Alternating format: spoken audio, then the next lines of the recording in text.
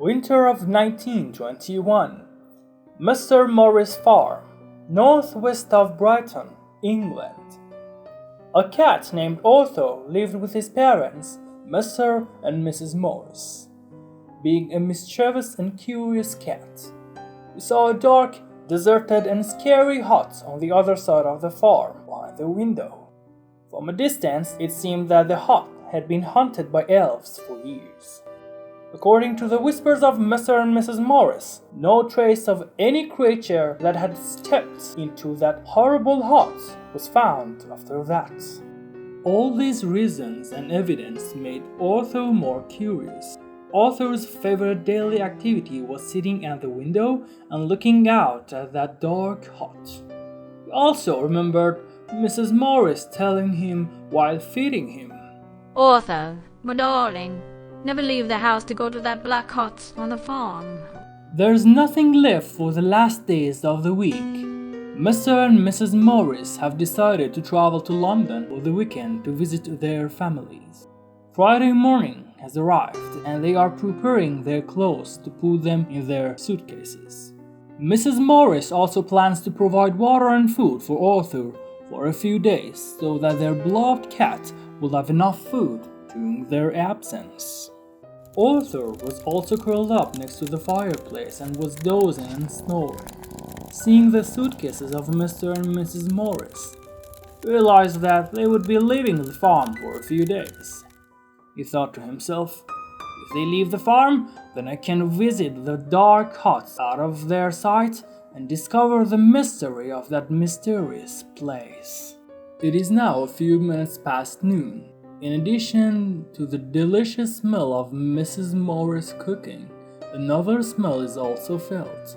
Something like cookies fresh out of the oven. At this moment, Mrs. Morris said in a kind and caring voice, "Arthur, my beautiful cat, come and eat lunch." She immediately poured Arthur's food into his food bowl. Then he went to Mr. Morris in a quiet voice so that Arthur could not hear it. She said, "Harry, we have to close all the windows in the house to prevent Otho from leaving the house." Mr. Morris looked at Abigail and said calmly, "Otho is brave and smart. Don't worry about it." Abigail gave Harry a meaningful look, then went to close all the doors and windows herself so they could travel safely.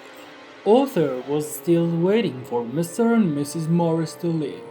It was around evening when Mr. and Mrs. Morris put their belongings in their Ford Model T car and left the house after closing and locking the door.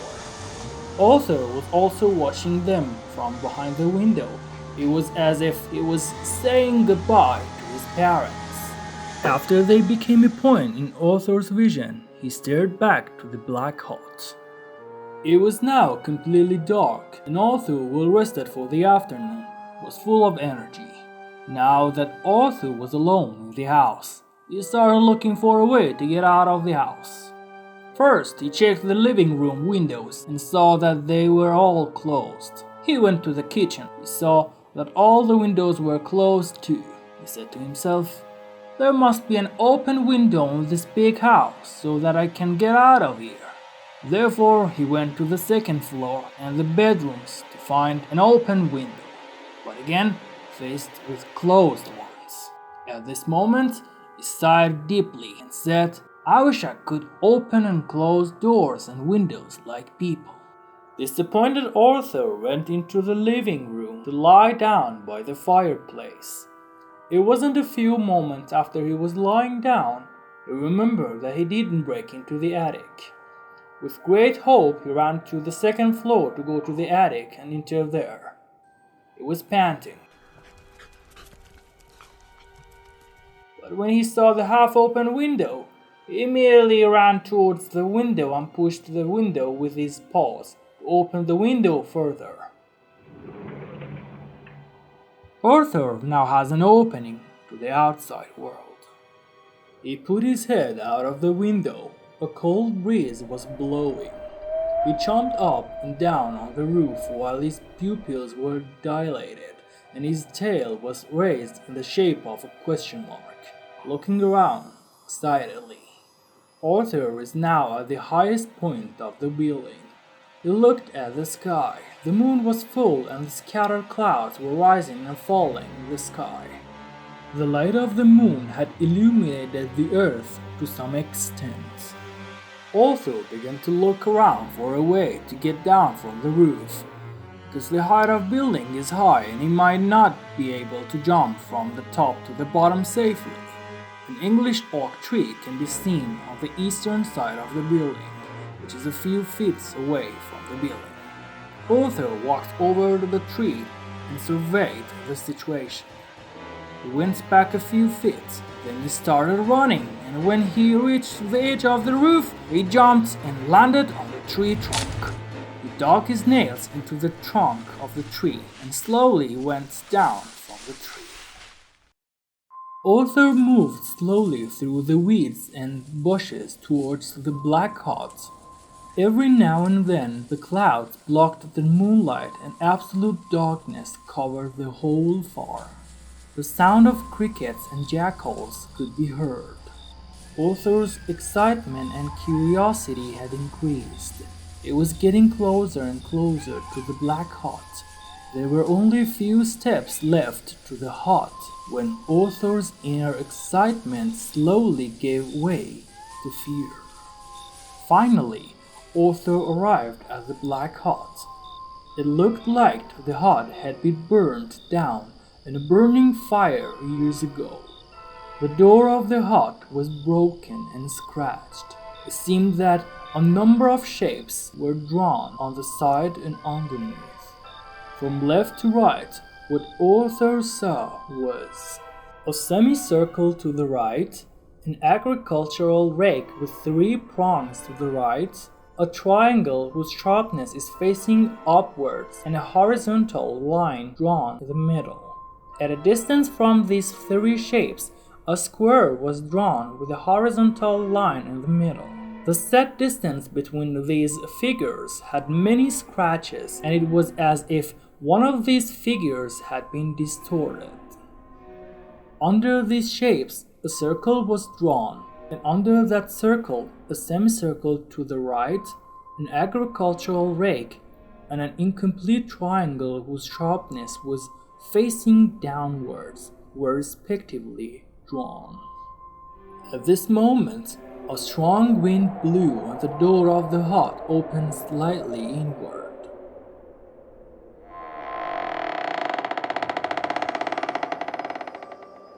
It was completely dark inside the hut. Arthur took a few steps and slowly poked his head into the hut. It was all ears to hear a sound, but absolute silence was the ruler of that scary and dark hut. He decided to take a few steps away from the door of the hut and enter there. So he slowly took a few steps forward. Meanwhile, suddenly there was a sound like a door closing very loudly. Arthur was startled and immediately turned to see if the door of the hut was open, but found that the door was still in its previous position. Then he went a few steps further. But by moving and taking each step, he felt that he was getting more and more tired and weaker than his previous step.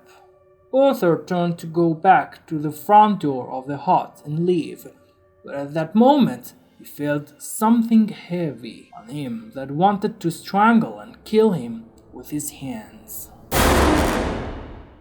With this incident, Arthur, who was very scared, tried to free himself from this animal that wanted to kill him and return home, but he became weaker by each passing second.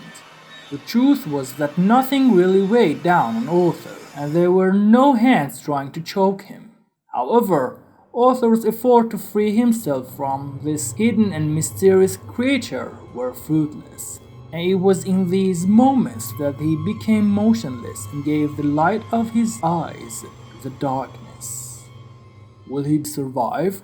Share your opinions with me in the comments.